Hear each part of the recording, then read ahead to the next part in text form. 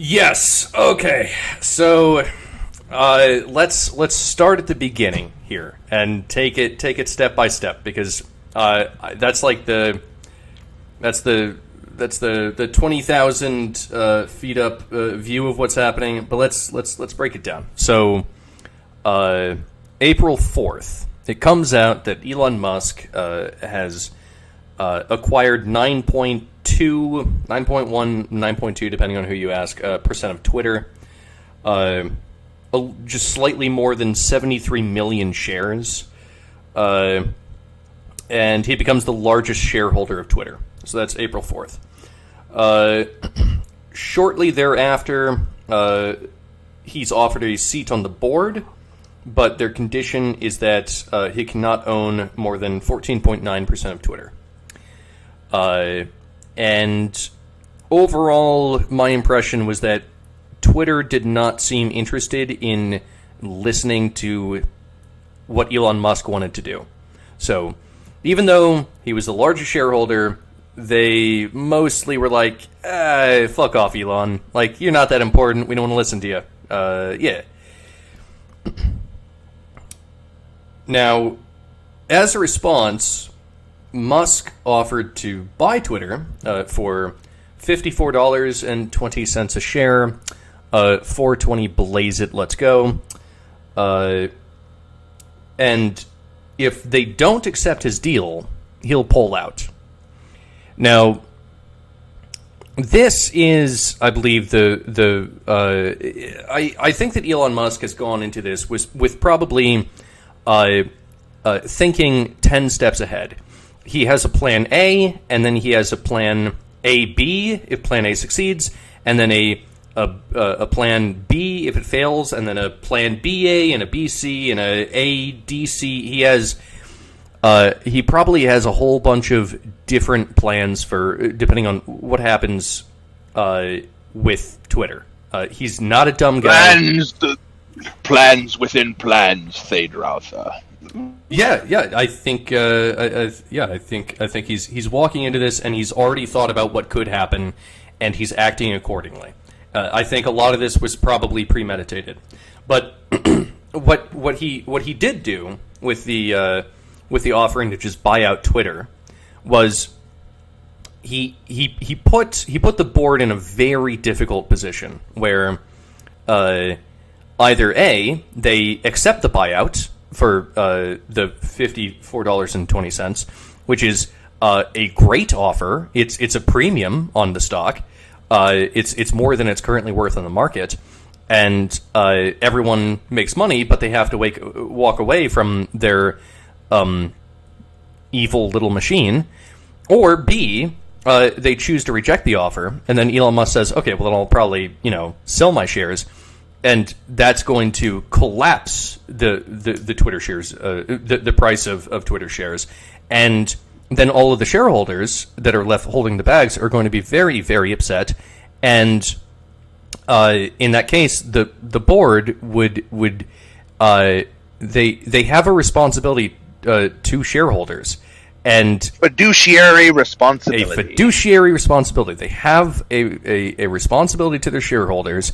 And by not meeting that responsibility, by doing something that appears to be more political and ideological as opposed to financial, could be opening themselves up for legal risks of restitution in the future.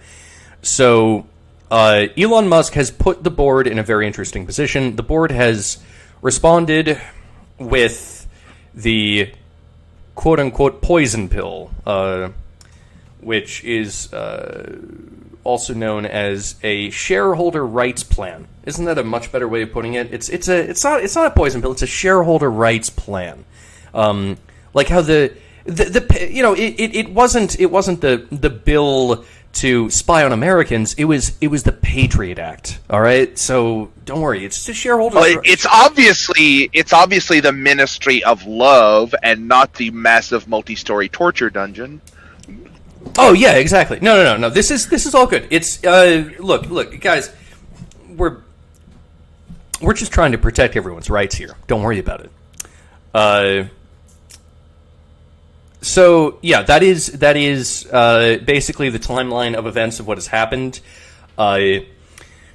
Twitter released this poison pill strategy on a Friday. Now, maybe this was just due to timing of events. So Musk offered to buy Twitter on the 12th, and then Twitter released their poison pill strategy on the 15th. It could just be that's they had to have a couple days to figure out what their strategy was and work it out and press release it.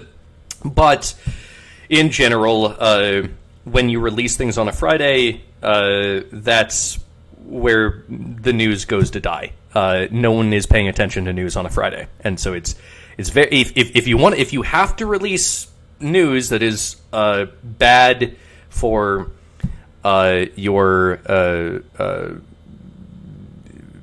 for the institution, then you do it on a Friday. Anyway, so that is what has happened so far. We are recording this on a Saturday evening, so we will find out what happens on Monday. So that's the overall story. There's some interesting things about BlackRock. Elon Musk had an interesting little spat with a Saudi Arabian prince. So my question to you, Breaker, is why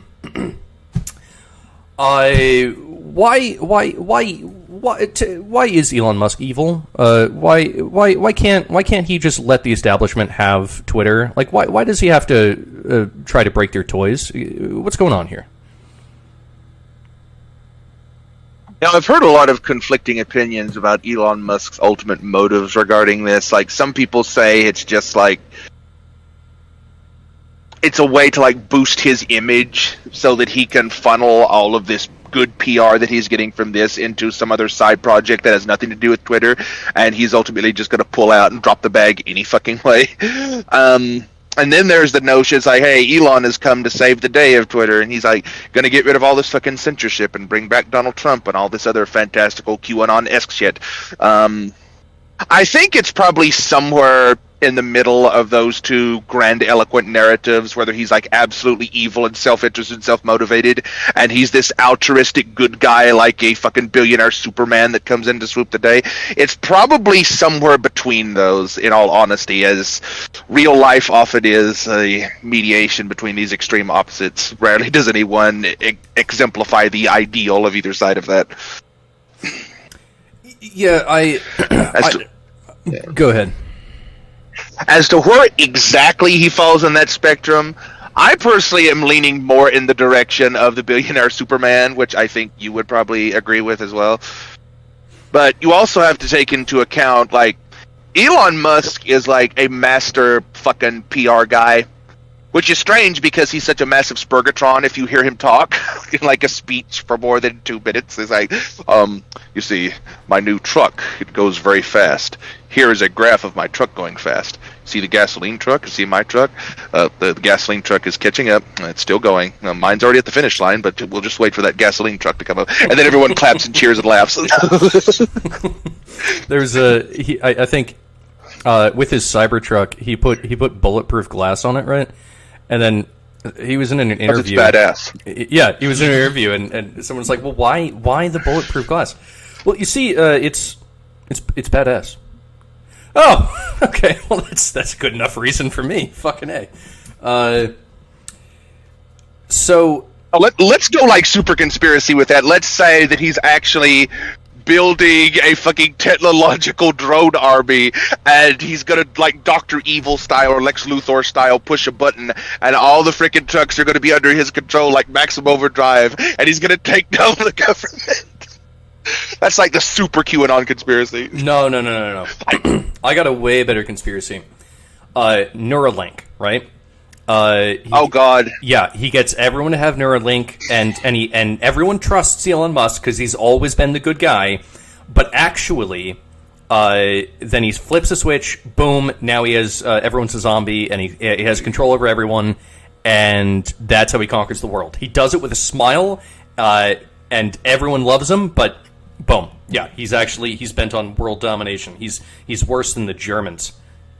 He's a Now that would give some credence to the theory that he's actually ultimately self-interested, because with this particular Twitter business going on right now, win, lose, or draw, he's got so many plans within plans, and he's thought out all the contingencies so well that he's going to somehow end up on top regardless of what happens with all of this, and he's going to take all that positive PR and funnel it over to something like Neuralink, and he's going to say, it's like, hey, Twitter is full of shit. Do you see how I expose them as the phonies and oligopoly that they truly are?